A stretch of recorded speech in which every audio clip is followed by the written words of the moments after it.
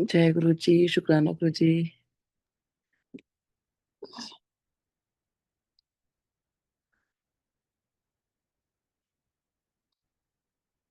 जय गुरु जी। आंटी आवाज आ रही है? हाँ जी आंटी, आ रही है, आ रही है। जय गुरु जी। Sorry sorry. पता नहीं कैसे दूसरे पे मैं ऑन ऑन करके बैठी थी। सो आज मेरी शेयरिंग है, सो गुरु जी का बहुत बहुत शुक्राना। गुरु जी इतना साथ देते हैं, इतना हर पल साथ में हो, अपना इतना एहसास भी कराते हैं ना। सच में गुरु जी का बहुत बहुत शुक्राना सच में। अभी रिसेंटली क्या हुआ कि हम लोग प्रोग्राम बन रहा था औरंगाबाद जाने का। तो पहले मैं नहीं जा रही थी, हस्बैंड और बेटा ये लोग जा रहे थे। तो मन में आया कि चलो चलते हैं। कि जब मुझे पता चला कि वहाँ पे तो जो ज्योतिर्लिंग है, घृणेश्वर यानी घुश्मेश्वर ज्योतिर्लिंग जो है वो वहाँ पर है। तो वो सुनने के बाद मेरे को बहुत मन किया कि मतलब चलो ज्योतिर्लिंग भी देख लेंगे और वहाँ चलते हैं। तो समहाउ बस प्रोग्राम बन रहा था, कभी मतलब जो भी था एटलीस्ट चलो हमारा प्रोग्राम फिर अ, बन गया कि चलो वहाँ चलना है। और जब भी प्रोग्राम बना, सब टिकट्स बुक हो गई, सब कुछ हो गया। तो जाने से आई थिंक 5-6 दिन, 4-5 दिन पहले ही अभी जैसे बहुत बरसात हुई थी और सब कुछ हुआ था, तो रेड अलर्ट आ गया कि औरंगाबाद में जिस एरिया में हमें जाना था वहाँ पे रेड अलर्ट है। और थंडर स्टॉर्म की वार्निंग आ गई कि वहाँ पे तूफान आ सकता है। तो मन में ऑब्वियसली फिर यही आता है कि भाई जब, और आना भी वही डेट को था जब हम 3 दिन वहां पर थे। तो फिर ये डिसाइड हुआ कि चलो टिकट कैंसिल कर देते हैं। लेकिन वो कैंसिलेशन में पूरा मतलब कोई फायदा नहीं हो रहा था, पैसे पूरे वेस्ट जा रहे थे। तो मन में यही होता है ना कि चलो पैसे तो वेस्ट जाए लेकिन कोई बात नहीं, एटलीस्ट अपने आप को हमें पहले ठीक रखना है। तो हस्बैंड वैसे ही कहने लगे कि नीलम तेरी गुरुजी बहुत सुनते हैं, तो गुरुजी को बोलना कि कुछ करें। तो मैं कहनी गुरुजी से क्या मतलब ऐसे बोलूं मतलब, लेकिन मन में तो होता ही है ना कि प्रोग्राम बनाओ। तो मैंने कहा गुरुजी महादेव मतलब प्लीज आप कुछ करिए, मेरे को आपके दर्शन करने हैं, आना है। तो वही है, फिर मांगना तो है नहीं ना भगवान से कभी भी। तो मैंने कहा नहीं आप प्लीज चाहो तो तूफान को रोक सकते हो। तो मुझे लगा कि नहीं, नेचर में कभी दखलंदाजी नहीं करनी चाहिए। और ठीक है, जो होगा ठीक होगा, मतलब मैंने गुरु जी पे छोड़ दिया। तो अल्टीमेटली डिसाइड हुआ कि क्योंकि मेरी डॉटर की कोई नोन है, उसकी फ्रेंड, वो लोग वहीं रहते हैं औरंगाबाद में, तो उनके उधर से भी मैसेज आ गया कि उन लोगों को बोल दो नहीं वो लोग ना आए। तो फिर ये था कि हम लोग जो है मतलब जाए कि नहीं जाए, लेकिन अल्टीमेटली वी डिसाइडेड कि नहीं चलो चलते ही हैं। और गुरु जी को मैंने प्रे किया कि गुरु जी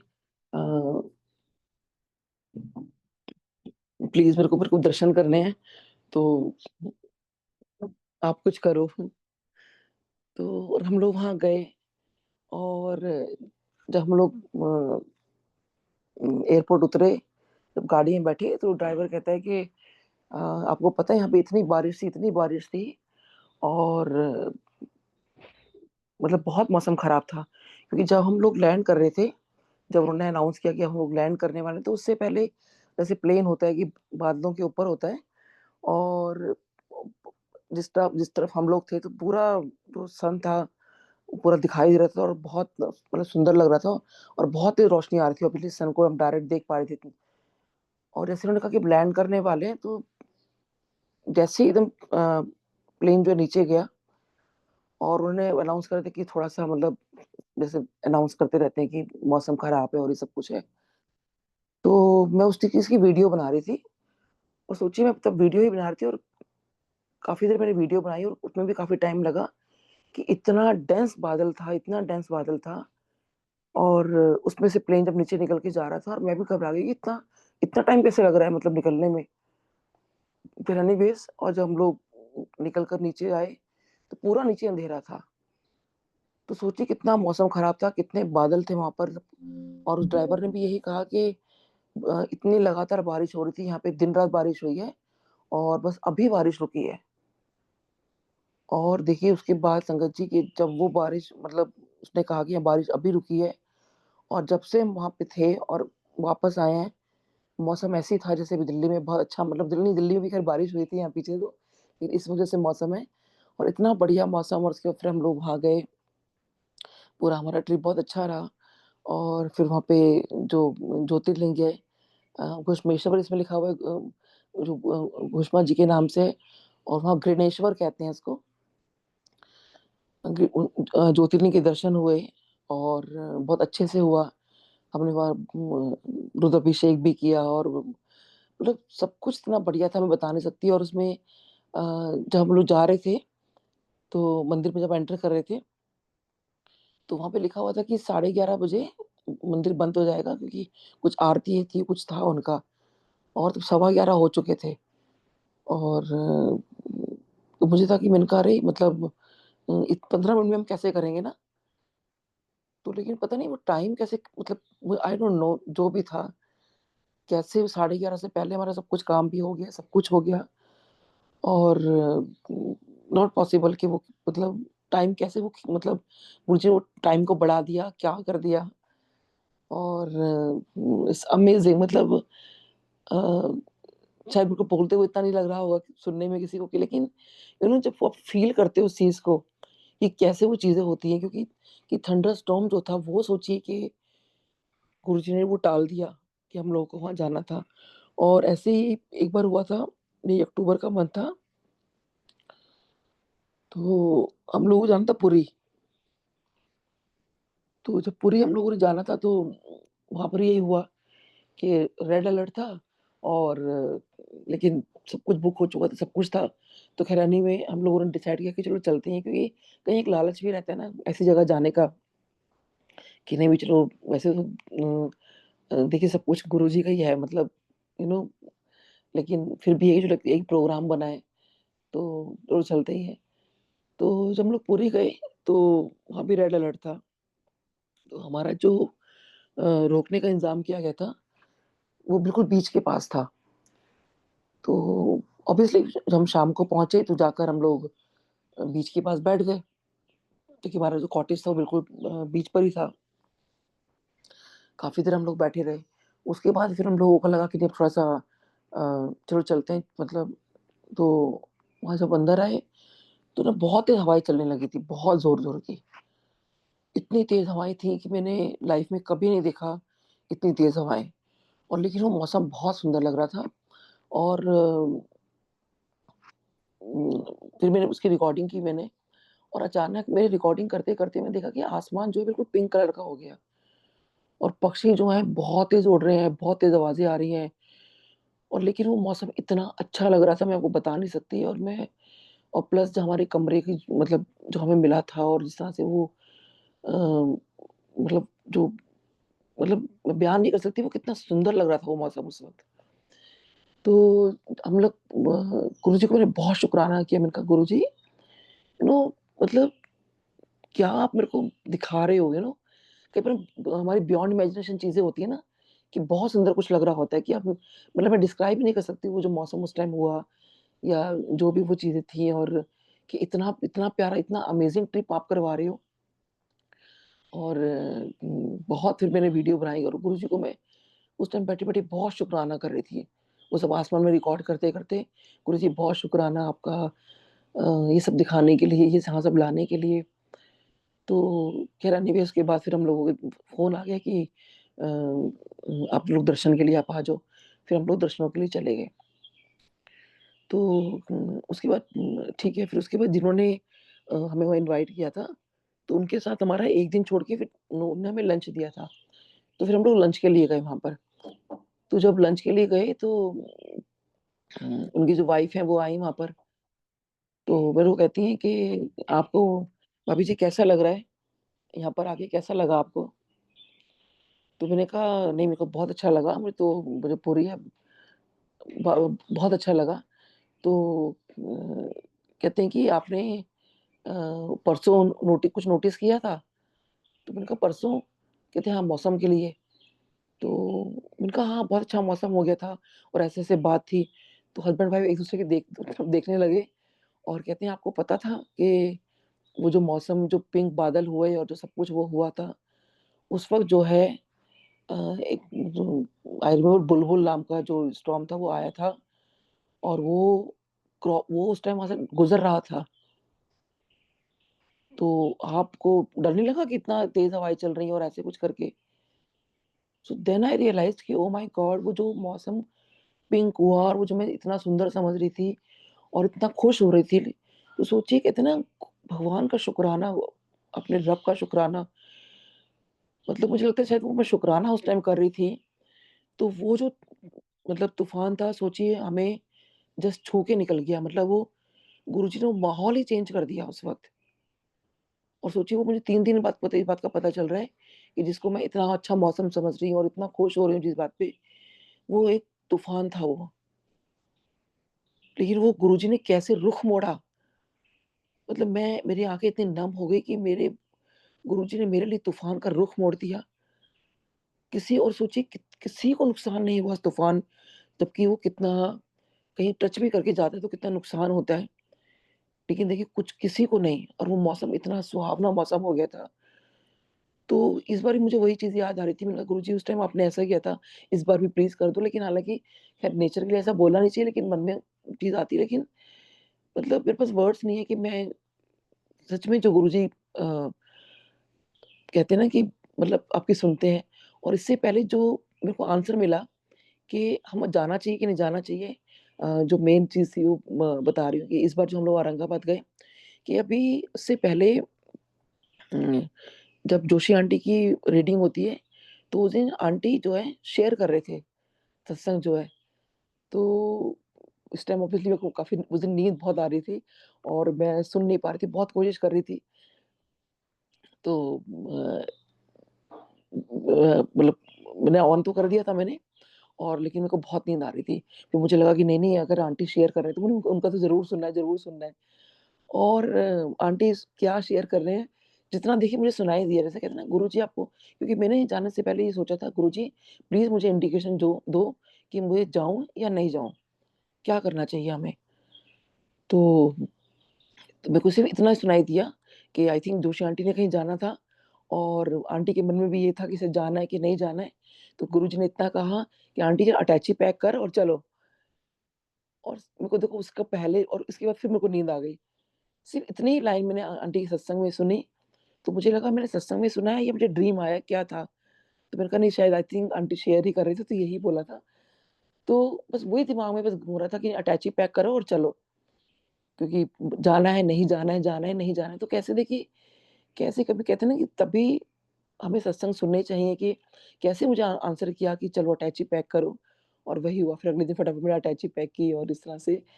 तो इतना शुकराना गुरुजी का कि हर चीज़ गुरुजी जो है कहते हैं ना कि आंसर भी करते हैं, आपको बताते भी हैं, सब कुछ करते हैं। और किस तरह से फिर हमें वहाँ घुमाया भी। और वो अ, केव्स होती हैं, मतलब अजंता और एलोरा की सभी जानते हैं कि बहुत मतलब आई थिंक जो नहीं गए हैं जाना चाहिए, क्योंकि इट्स अमेजिंग। मतलब हमारे इंडिया के अंदर इतना रिच हेरिटेज रहा, मतलब इतना है। और जो एलोरा केव्स हैं तो आई थिंक उसके बारे में शायद कुछ कहा भी जाता है कि ये तो भगवान शिव ने खुद आशीर्वाद दिया था। और आई थिंक कोई राजा थे तो उनको शायद कुछ दिया भी था कि कुछ कि तुम ये लो और इससे तुम जो है इस चीज़ की शुरुआत करो। तो वो सच में बहुत बहुत अमेजिंग है। और इतना सुंदर ट्रिप करवाने के लिए गुरुजी सच में बहुत-बहुत शुकराना आपका। तो मुझे तो वही लग रहा था कि मैंने कहा गुरुजी सच में मतलब जितनी चीज़ें हम सुनते आ रहे हैं वहाँ पे, जितना कुछ वो लोग बताते हैं या जो भी है, यू नो मुझे बहुत अंदर से इतना मैं ओवरवेल्म्ड हो जाती हूँ गुरुजी, इसका सच में इतना शुकराना है कि आपने मुझे अपने आप से जोड़ रखा है। और गुरुजी प्लीज़ आगे भी ऐसे जोड़े रखना, क्योंकि सब कुछ जो कुछ है सब कुछ गुरुजी हैं, उनसे बढ़कर कुछ है ही नहीं और कुछ हो भी नहीं सकता। तो हम लोग जुड़ गए हैं ना गुरुजी से, this is very, very important. कई बार मन में आता है ना कि भई हम नई संगत हैं या पुरानी संगत हैं, हम लोग मतलब उनके दर्शन नहीं किए। तो वही है कि हम लोग जुड़ना इज़ मोर इम्पोर्टेंट कि मतलब आप गुरुजी के मतलब यू नो उनकी कहते हैं ना उसके उनके अंदर हो, उनके चरण में हो, मतलब उनके चरण शरण में हो आप। तो सबसे बहुत ब्यूटीफुल मोमेंट है कि अगर हम उनके साथ हैं, उन्होंने अगर हमें जोड़ रखा है तो। क्योंकि गुरुजी भी ऐसे ही सबको नहीं जोड़ते। तो ये भी बहुत उनके साथ जुड़ना क्योंकि इतना आसान नहीं है। तो ऐसे जब हम लोग भगवान बुद्ध की जब क्योंकि जो अजंता केव्स हैं, उसमें सारा जो भगवान बुद्ध हैं, उनके बारे में सब बताया गया, उनके बारे में सब कुछ डिटेल्स है। तो ऐसे ही फिर हम लोग ऐसे मज़ाक-वज़ाक कर रहे थे, हस्बैंड कहने लगे नीलम कि कैसे देखो जो उनके फॉलोअर्स थे, तो छोटे-छोटे कमरे बने थे जहाँ वो मेडिटेशन करने आते थे। तो और सोचिए कितने हज़ारों मतलब आई थिंक 1700 कितना वो बीसी बता रहे थे। तो कितने हज़ारों वर्ष पहले सोचिए कि ये सब बना, ये सब कुछ हुआ।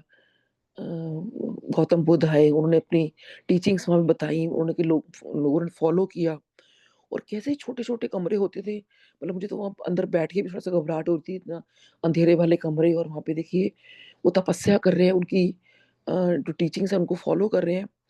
तो ऐसे ही हस्बैंड मज़ाक में कहने लगे कि नीलम ऐसा कर कि तू भी यहाँ पे तपस्या कर और तेरे को भी मोक्ष की प्राप्ति हो जाएगी। क्योंकि वो यही चाहते थे ना कि वो हर इंसान तो वो यही ग गाइड बता रहे थे कि वो यही मतलब ह हर इंसान उस वक़्त यही चाहता था, जिन्होंने भी उनको मतलब फ़ॉलो किया कि सब कुछ जो है उसमें भगवान है। जैसे हम शिव पुराण में पढ़ते हैं ना कि भई अ, हमें मोक्ष की प्राप्ति की तरफ जाना चाहिए और मतलब इस दुनिया से नहीं, हमें इस भवसागर से पार होना है। और उसी भवसागर से पार होने के लिए जितने भी भिक्षुक बनते थे और क्योंकि क्या था ये मोह माया का त्याग, जितने भी हमारे 5 विकार होते हैं, तो उन सबका वो त्याग कर देते थे। तो वैसे इसमें भिक्षुक के बारे में भी आता ही है। तो ये क्या उसमें क्या बताया? वो यही बताते हैं ना कि वो सब कुछ त्याग कर देते हैं और भगवान की तरफ लीन हो जाते हैं। तो संत महात्मा ही बनते थे, जितने भी सब चीज़ें होती हैं।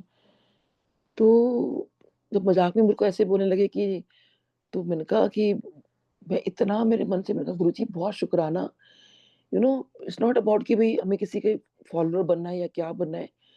सोचिए कि गुरुजी ने अगर देखा जाए मतलब कितना कठिन लाइफ़ थी वो, कि वो जो भिक्षुक थे कैसे वहाँ रहते होंगे, उस टाइम इतनी ऊँचाई पर कैसे चढ़ते होंगे, कोई लाइट नहीं, कोई कुछ नहीं। पानी का जो नदी बह रही है वो बहुत ज़्यादा नीचे थी। कैसे सब कुछ मैनेज करते होंगे, गाँव शायद बहुत दूर रहा होगा और वो भी उस वक़्त सोचिए, आज हमें चढ़ने में इतना हालत ख़राब हो गई ऊपर तक और नीचे उतरने में। तो सोचिए उस वक़्त वो कैसे करते होंगे, तो मैंने यही कहा मैंने कहा, "गुरुजी सच में बहुत शुकराना और आज हमें पता नहीं वो कौन-सी तपस्या की होगी मैंने, जो गुरुजी मिले।" और सोचिए गुरुजी ने ये लाइफ़ भी हमारी कितनी आसान बना दी। मतलब मतलब एक कई बार वो शब्द मतलब एक वो शब्द नहीं वो एक सॉन्ग है ना जो बहुत बजता है कि खाओ पियो ऐश करो मित्रा, पर दिल ना किसी का दुखाए हो जी। तो कितना मतलब कितना गूढ़ मतलब है कि बस खाओ पियो, ऐश करो और लेकिन किसी का दिल मत दुखाओ। तो गुरुजी ने हमें क्या सिखाया कि भई अपना और गुरुजी भी क्या कह रहे थे ऐश करो जो आपका सामर्थ्य है। तो यही मतलब था कि किसी का दिल मत दिखाओ, निंदा-चुगली मत करो और कितना ईज़ी वे बना के हमारे लिए गुरुजी चले गए हैं। और कोई तपस्या के लिए नहीं बोला, कुछ नहीं बोला। बस यही तपस्या बोली है कि अपना जो ध्यान है वो गुरबानी में लगाओ, सत्संग सुनो, लंगर करो। मतलब कितना सिंपल वे आई थिंक इससे सिंपल वे इस कलयुग में गुरुजी क्या कर सकते हैं? और वो भी फिर देखिए लोग फॉलो नहीं करते। तो जो गुरुजी की बातें हैं आई थिंक हम वो ही अपने लाइफ में फॉलो करना शुरू कर दें, उनकी चीज़ें ही समझ लें आई थिंक वो लाइफ कहाँ से कहाँ हम लोग मतलब अपने जितने भी हमारे अंदर बुरे कर्म हैं, जो भी चीज़ें हैं, वो भी काट सकते हैं। वो भी सोचिए ज़्यादा नहीं सिर्फ 10% काटने हैं, 90% तो सोचिए वो गुरुजी ने खुद बोली ये बात कि 90% तो मैं तुम्हारे अपने काट देता, तुम्हें तो सिर्फ 10% भुगतने हैं। उस पे भी हम कितना गुरुजी को इफ़ एंड बट्स कर रहे हैं। तो गुरुजी बहुत-बहुत शुकराना आपका जो अपने आप से जोड़ा है और सिंपल सी चीज़ें हैं कि सत्संग करो, सुनो और सुनाओ। तो सुनने का भी देखिए कितना फ़ायदा होता है कि जैसे मुझे ये आंसर मिला कि अटैची पैक करो और चलो और ऐसे ही एक बार काफ़ी साल हो गए इस बात को, मेरे को बहुत डिप्रेशन हो गया था। तो किस तरह से देखिए उस वक़्त भी मैं काफ़ी मतलब ये समझ लो कि मैं डिप्रेशन की दवाइयाँ बहुत खाने लगी थी। मतलब देखिए, एक गोली का जो है ना 1/4 टैबलेट भी बहुत ज़्यादा होती है। उसमें किसी मतलब नींद-वींद आ जाती है अच्छे से। और अ, मैं सोचिए कि 1/4 तो क्या, मैं 4 गोलियाँ दिन में लेती थी। 3 मैक्सिमम बताई थी और 1 फालतू लेती थी। उसके बाद मुझे नींद नहीं आती थी। बहुत मेरी तबीयत बिगड़ती चली गई और काफ़ी। तो म मैं मतलब मेरे को इतना फ़ोबिया हो गया था कि मैं प्लेन में बैठने से, ट्रेन में बैठने से, कहीं कुछ भी बैठने से, मुझे लगता था कि अचानक मुझे उतरना पड़ा, तो मतलब ये चीज़ कैसे होगी? तो अगर प्लेन नहीं रक मतलब प्लेन से मुझे उतरना पड़ा, तो बड़ी अजीब-सी बात थी कि प्लेन से ऐसे कौन उतर सकता है रास्ते में? तो लेकिन मुझे फ़ोबिया बैठ गया, क्योंकि अजीब-अजीब चीज़ें हो जाती हैं ना उस वक़्त, जब आपको डिप्रेशन आता है तो। तो उसके बाद फिर ये हो गया था कि हस्बैंड 24 घंटे साथ रहने लगे थे, मतलब अगर वो हॉस्पिटल जा रहे हैं तो मैं उनके साथ हूँ, मैं क्लिनिक जा रही हूँ तो वो मेरे साथ हैं। तो बहुत लाइफ़ अजीब-सी हो गई थी कि मतलब ऐसे कैसे चलेगा? हस्बैंड कहने लगे, "लवी तो बहुत मुश्किल है, तो अकेले आना-जाना शुरू करो।" और मुझे बहुत डर लगता था कहीं अकेले आने-जाने में, तो फ़ोबिया हो गया था बहुत ज़्यादा। तो उन दिनों नई-नई मेट्रो चली थी, तो मेरे क्लिनिक से मतलब थी मेट्रो, तो उन्होंने कहा, "ना आप हमारे घर के पास से मेट्रो चलती है, तो एक काम करो मेट्रो में आना-जाना शुरू करो एटलीस्ट।" तो रोज़ तो मेरे को लाना-ले जाना बहुत मुश्किल है, तो मैंने कहा चलो ठीक है मेट्रो में मैं ट्राई करती हूँ। तो अब मेट्रो हो गया था कि जब नई मेट्रो थी, ख़ैर अभी भी होता है कई बार, लेकिन उस टाइम मेट्रो बहुत रुकती थी रास्ते में और मुझे वही डर बैठता था। वो 1 मिनट के लिए रुकती थी और 1 मिनट में मेरी हालत ख़राब हो जाती थी कि मेट्रो क्यों रुक गई? और इसी वक़्त अगर मुझे उतरना पड़ा तो मैं कैसे उतरूँगी? तो बहुत प्रॉब्लम होने लगी। तो जब भी मेट्रो में बैठती थी तो जैसे वो बोलते ही हैं ना कि अगला स्टेशन आपका ये है, अगला स्टेशन ये है। तो बस मुझे मैं आँखें बंद करके बैठती थी और कि गुरुजी को याद करते-करते कि गुरुजी फटाफट मेरा स्टेशन आ जाए, कि कब बोलेंगे मेरा स्टेशन आया। तो लेकिन लाइफ़ बहुत मुश्किल हो गई थी ऐसे मेरे लिए। तो अब कहते हैं ना सत्संग सुनने का कितना फ़ायदा होता है। तो एक बार मल्होत्रा आंटी जिन वो जनरल मल्होत्रा अंकल हैं, अंकल आंटी उनके यहाँ सत्संग था, तो वहाँ हम लोग गए। तो पहले सत्संग बहुत रेयर होते थे, जहाँ पता चलता था सब मतलब हम लोग भागते थे कि कहीं सत्संग हो रहा है। तो जब उनके घर हम लोग गए तो मैं ऐसे ही गुरुजी के पास मतलब आँखें बहुत नम थी मेरी, मैंने कहा गुरुजी प्लीज़ मुझे ठीक करो, मतलब मैं कैसे लाइफ़ बहुत मुश्किल हो गई है ऐसे कि भई और फिर मतलब बच्चे भी बहुत मतलब इफ़ेक्ट हो रहे थे, पूरा घर इफ़ेक्ट हो रहा था मेरी इस बात से। तो मैंने कहा गुरुजी मैं आना-जाना भी मेरा मुश्किल हो गया, लाइफ़ लॉन्ग ऐसे ऐसे चलेगा क्या? इतना डर डर की वज़ह से इतना सब कुछ करके, और ऑब्वियसली जब इतना डिप्रेशन हो गया तो मेरे काम पे भी इफ़ेक्ट पड़ रहा था, तो पूरा घर इफ़ेक्ट हो जाता ना।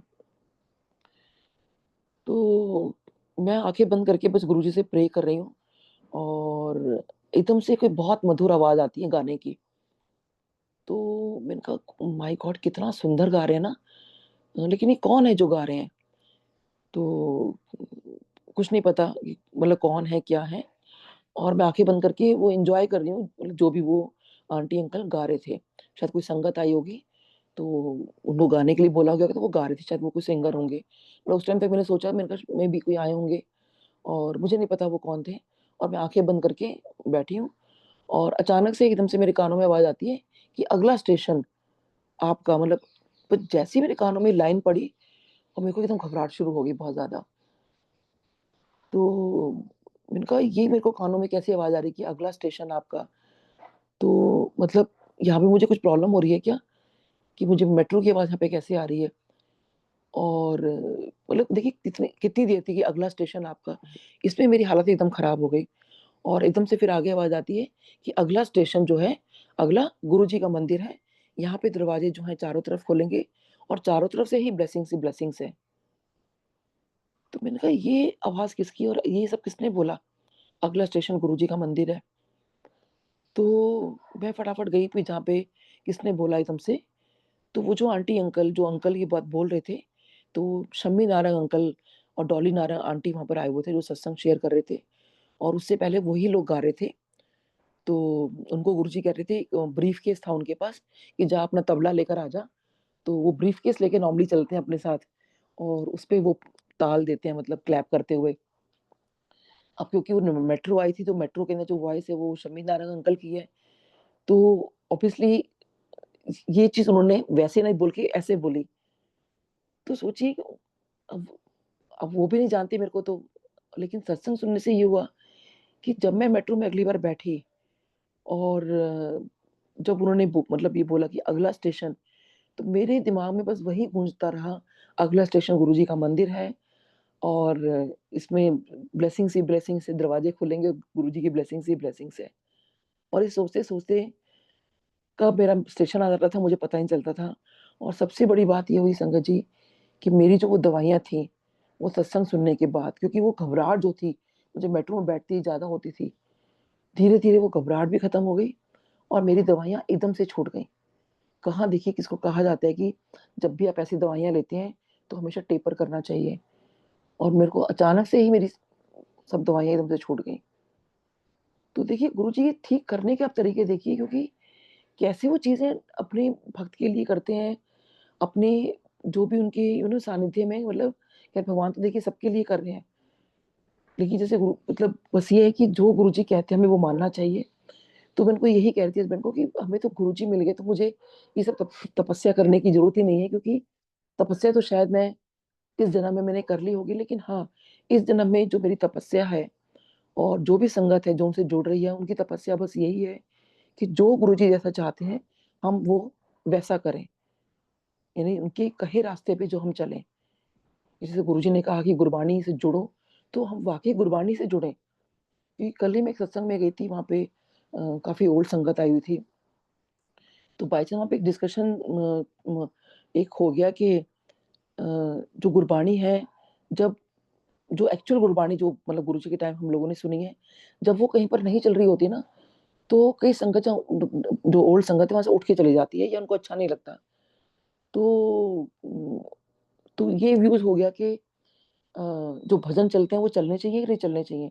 देखिए आइडियली तो यही है कि गुरुजी ने जो हमें शब्द बाणी हमें दे के गए हैं, हमें वही सुननी चाहिए, क्योंकि उन्होंने स्पेशल उनमें से भी चूज़ किया कि क्योंकि उन्होंने गुरुजी ने कहा था कि एक बार जब वो अंकल ने वहाँ पूछा कि गुरुजी मैं तो कोई भी गुर मतलब लगा देता हूँ, सारी गुरबानी है।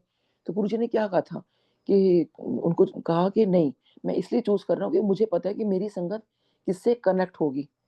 तो इतनी बड़ी बात जब गुरुजी ने बोला तो हमें वही सुनने चाहिए। तो दूसरा ये था कि ओल्ड संगत ही जो थी आंटी मैं नाम नहीं लूँगी, तो वो यही कह रहे थे कि नहीं, सुनने तो अगर नई संगत जो है, नए बच्चे अगर भजन सुनना चाहते हैं, कुछ सुनना चाहते हैं, तो कम से कम वो जुड़ तो रहे हैं। तो लेकिन देखिए वो अ, तो मुझे समझ नहीं आया कि भई इसका मैं क्या जवाब दूँ या क्या करूँ? तो ठीक है, वो लोग यही कहते हैं, क्योंकि मैंने भी कई जगह जब सत्संग शेयर किया, तो मुझे शेयरिंग के लिए बुलाया गया। तो वहाँ जब मैंने कहा कि नहीं आप लोग ये लगाओ, तो उन्होंने यही कहा कि नहीं आंटी नए बच्चे हैं, तो हम लोगों ने सोचा कि कुछ इस टाइप के लगा देते हैं, ताकि बच्चों को थोड़ा-सा अट्रैक्शन हो कि हाँ भई इस टाइप के मतलब गाने, नॉट गाने तो नहीं बोलूँगी, जो भी मतलब वो भजन है। तो लेकिन देखिए उनको मुझे लगता है कि नहीं, हमें इस चीज़ को गाइड करना चाहिए कि जब गुरुजी को मानते हैं, तो गुरुजी की भी माने ना। तो जो गुरुजी ने बोला कि गुरबानी सुननी है, तो वही सुननी है हमें। आप भजन बाद में लगा लीजिए, जो गाने लगाने अब गुरुजी लंगर के जो भी कुछ होता था, लंगर के बाद गुरुजी लगवाते थे, उससे पहले नहीं। एक बार पुरानी संगत से का मैं कोई सत्संग सुन रही थी, एक बार आई थिंक जो ये वाला भजन है, गुरु मेरी पूजा, तो ये भी आई थिंक गुरुजी ने सुना तो गुरुजी को बहुत अच्छा लगा कि अरे! बड़ा चंगा भजन है। तो गुरुजी ने एक बार सुना, कई बार गुरुजी ने सुना, फिर गुरुजी ने कहा नहीं इसको हटाओ और अपना गुरबानी चलने दो। तो अब देखिए गुरुजी ने जबकि ये कितना चलता था एम्पायर स्टेट में भी, मैंने भी बहुत सुना है उस वक़्त, तो लगता था पार्ट ऑफ गुरबानी ही लगता था मुझे तो उस टाइम तक तो। लेकिन वो बहुत ओल्ड संगत थी, तो उन्होंने ये जब सत्संग सुनाया तो हमें मैसेज क्या मिला कि जो गुरबानी का टाइम है, उसमें गुरबानी ही हम सुनें, शब्द जो गुरुजी ने हम जोड़ा है, क्योंकि बहुत इतने प्यारे शब्द हैं, अगर हम सुने तो बहुत हमें आंसर मिलते हैं उस चीज़ के लिए। तो मेरा तो यही कहना है कि जो गुरुजी ने हमें सिखाया है, हम कहते हैं लाइफ में अगर इम्प्लीमेंट करना शुरू कर दें, तो शायद वो कहते हैं ना कि जो गुरुजी कहते थे असल चीज़ कोई नहीं माँगता। तो बस गुरुजी से वही उसी असल चीज़ के लिए हम लोग जो है गुरुजी से प्रे करें जो गलतियाँ हो जाती हैं उसकी हम क्षमा माँगे और गुरु जी के कहे हुए रास्ते पर चलें। और बहुत शुक्राना सच में गुरु जी का करें कि गुरु जी हमें आपने अपने आप से जोड़ा। क्योंकि देखिए हमारा सब कुछ करने वाले वही हैं, लाइफ देने वाले वही हैं, सब कुछ करने वाले वही हैं। मैं आज जो बोल पा रही हूँ, सत्संग कर पा रही हूँ, सब ये गुरु जी की कृपा है। जो गुरु जी ने मुझे लाइफ दी, मेरे को मेरी आवाज़ दी। जब मेरी आवाज़ एक बार बैठ गई थी बहुत ज़्यादा और मेरे को मेरे एक राखी ब्रदर उन्होंने क्या दिया था, मुझे टॉन्सिल्स हो गए थे, बहुत सीवियर। तो उन्होंने मेरे को बहुत डाँट लगाई कि नीलम मेरे को समझ नहीं आता कि डॉक्टर हो के तेरे को समझ नहीं आता कि तेरे को ऑपरेशन कराना चाहिए गले का अपना टॉन्सिल्स का। तो बहुत डर लगता है कि तो मैं खुद डॉक्टर हूँ लेकिन हेड एंड नेक जो मतलब जो चीज़ हमने ज़्यादा पढ़ रखी होती है तो डर भी लगता है कि नहीं अगर ये गलती डॉक्टर से हो गई या कुछ ऐसा हो गया। ऑल्दो कोई भी डॉक्टर गलती जानबूझ के नहीं करता लेकिन फिर भी डर तो लगता ही है ऑपरेशन नाम से तो कोई भी वो लगता ही है। तो मेरे को लगा कि नहीं ये तो बहुत मतलब ऐसा वाला एरिया है तो कैसे होगा, कैसे होगा? उन्होंने कहा नहीं आज शाम को ही जा, अभी एडमिट हो, आज ही ऑपरेशन करवा दूँ। तो उस दिन शाम को हमें गुरुजी के पास जाना था। तो आई थिंक मेरे को याद नहीं है लेकिन आई थिंक उसी सिलसिले में शायद मैंने अपनी ब्लड मतलब टेस्ट करवाए होंगे। तो उस टाइम को उसमें निकला हाइपोथायराइडिज़्म। तो हस्बैंड थोड़ा घबरा गए कि नीलम ये तो ठीक नहीं है क्यों मतलब इस तरह से तो एक काम कर गुरुजी को ना बता देना कि तू ऐसे-ऐसे ये तेरी टेस्ट रिपोर्ट्स ऐसे आई हैं। तो मैंने कहा बहुत अजीब लगेगा गुरुजी को क्या बताऊँगी अपनी ब्लड टेस्ट की रिपोर्ट। तो कहते नहीं कोई बात नहीं तो गुरुजी को बता देना। तो बहुत अजीब अजीब लग रहा था कि गुरुजी को क्या बोलूँगी मैं, कि गुरुजी मेरी मेरी टेस्ट रिपोर्ट्स देख लो। लेकिन हस्बैंड ने बहुत ज़िद की नहीं तो गुरुजी को बता देना और क्योंकि ऑपरेशन भी कराना है तो ऑब्वियसली गुरुजी को तो बताना तो पड़ेगा ही ना। तो ख़ैर अब मेरी आवाज़ तो निकलती नहीं थी जैसे होता है ना जब हमारा गला बैठ जाता है, जब कोल्ड होता है तो गला बहुत सीवियर तब होता है, बिल्कुल गले से आवाज़ नहीं निकलती। तो मेरा ऐसा गला हो गया था, बिल्कुल आवाज़ नहीं निकलती थी। तो मैं जब अंदर गई मतलब तो अब गुरुजी से बात कैसे करूँ? क्योंकि आवाज़ तो निकल नहीं रही। अंपायर स्टेट जब मैं गई, तो बहुत हिम्मत करके मैंने ब्लड टेस्ट तो मेरे मतलब रिपोर्ट हाथ में थी। वैसे वो तो गुरुजी की तरफ नहीं किया तो मुझे लगा कि नहीं पूरी रिपोर्ट मैं गुरुजी को क्या बोलूँ और सिर्फ़ जो प्रॉब्लम है वही गुरुजी को बता देती हूँ कि गुरुजी ऐसे-ऐसे मेरे को हाइपोथायरायडिज़्म निकल आया है। तो बहुत मुश्किल से मैंने बहुत दम लगाया मतलब बिल्कुल बात नहीं होती थी मैं। तो मतलब जो भी बात हम घर में कर रहे थे इशारों से या बहुत धीरे-धीरे मतलब करके तो गुरुजी को मैंने बोला मैंने कहा गुरुजी ऐसे-ऐसे मतलब हाइपोथायरायडिज़्म हो गया है। ऑब्वियसली गुरुजी ने कहा कि तो गुरुजी को कुछ समझ नहीं आ रहा था। तो ऑब्वियसली मेरे को क्योंकि आवाज़ ही नहीं निकल रही है मेरी, तो मैंने थो और हिम्मत करके थोड़ा ज़ोर से बोला मैंने कहा गुरुजी हाइपोथायरायडिज़्म हो गया है। तो गुरुजी ने बड़ी ज़ोर से कहा कि तो फिर मैंने बड़ी ज़ोर से जैसे-जैसे गुरुजी ने बोला, उतनी ज़ोर से मैंने बोला गुरुजी हाइपोथायरायडिज़्म हो गया है।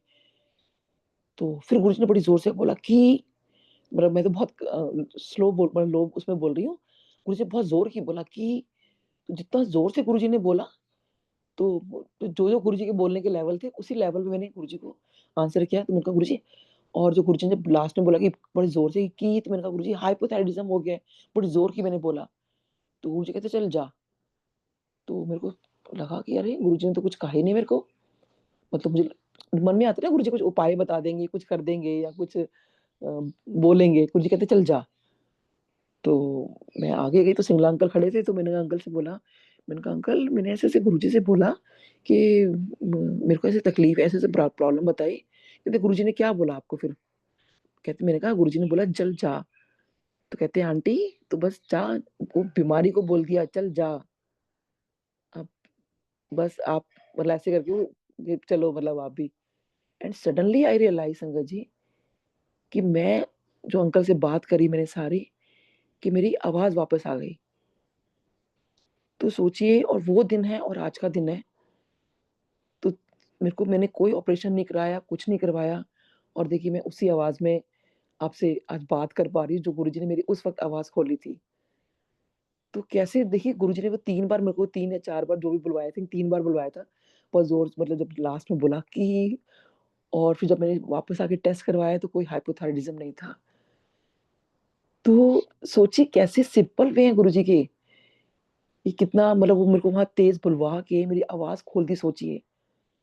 और मेरे को दोबारा कुछ करवाने की ज़रूरत ही नहीं पड़ी। जैसे कहा गया था कि इमीडिएट मेरे को ऑपरेशन की ज़रूरत थी और तकलीफ़ मेरी बहुत बढ़ गई थी उस वक़्त। और कैसे देखिए गुरुजी ने मेरी आवाज़ को ली। ऐसे ही गुरुजी मेरे को जब मेरे को बैकएक हो गया था, बहुत सीवियर मेरे को बैकएक हो गया था और डॉक्टर से मुझे यही कह दिया था कि अरे तो मैंने क्योंकि डांस का बहुत शौक रहा है, तो मैंने यही मेरा क्वेश्चन था कि डॉक्टर साहब ये बताओ कि मैं कभी डांस कर पाऊँगी?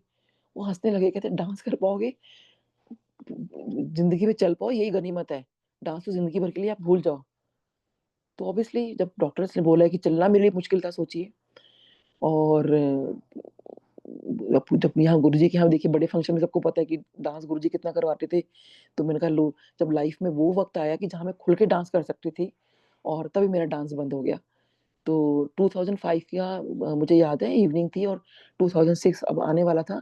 जैसे ही रात के 12 बजे अ, नया साल आया अ, और गुरुजी ने जैसे इशारा किया, म्यूज़िक स्टार्ट हो गया, सबने डांस करना शुरू कर दिया और बड़े मंदिर में राइट हैंड साइड की जो विंडो है, मैं वहाँ पर खड़ी हुई थी, बिल्कुल दूर। और अ, बस गुरुजी को देखे जा रही थी, सिर्फ़ क्लैप करे जा रही थी और सब लोग वहाँ डांस कर रहे हैं, खूब डांस कर रहे हैं।